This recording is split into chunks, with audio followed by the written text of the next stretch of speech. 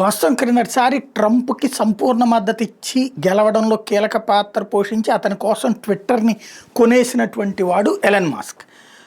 Tesla CEO కూడా, అట్లాగే వివిధ సంస్థలంతా కూడా అతను నడుపుతూ ఉంటాడు.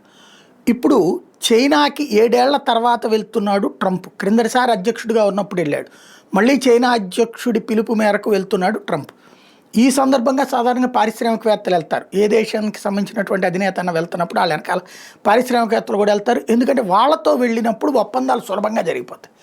ఇప్పుడు ఎలన్ మాస్క్ ఈ మధ్యన విభేదించి ట్రంప్ పాలసీని విభేదించి ట్రంప్ పెట్టిన కమిటీకి రాజీనామా కూడా చేసి ట్రంప్కి దూరంగా ఉంటున్నాడు. మళ్ళీ ఇప్పుడు మాత్రం ఎలన్ మాస్క్ ట్రంప్తో పాటు వెళ్ళబోతున్నాడు. ఎందుకయ్యా అంటే టెస్లాకి చైనాలో పెద్ద బ్రేక్ ఉంది. BYD అనే చైనాకి సంబంధించిన ఎలక్ట్రిక్ వెహికల్స్ అమెరికాలో బాగా సేల్ అవుతున్నాయి. చైనాలో 90% మార్కెట్ వాళ్ళదే, టెస్లా 5% కూడా ఉండదు అనమాట. మిగతా ఈ చైనాకి సంబంధించిన వేరే ఉన్నాయి.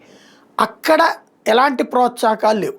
ఇప్పుడు భారతదేశంలో ఆల్రెడీ ఇంతకుముందు ట్రంప్ చేతే చెప్పించుకున్నాడా, మన దగ్గర ఒత్తిడి తెచ్చుకుని ఇదివరకు డబ్బులున్న ట్యాక్స్ని తగ్గించుకున్నాడు.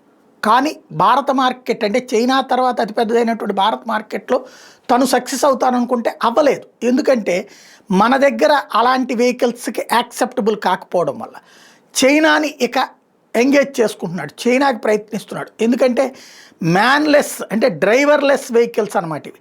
డ్రైవర్లెస్ వెహికల్స్ ఇండియాలో మనం యాక్సెప్ట్ చేయలేం, ఎందుకంటే మన దగ్గర ఊరకనే అడ్డదిడ్డంగా వచ్చే వాహన శ్రేణి కారణంగా. చైనా లాంటి చోట్ల, అమెరికా లాంటి చోట్ల ఆ ఛాయిస్ ఉంది.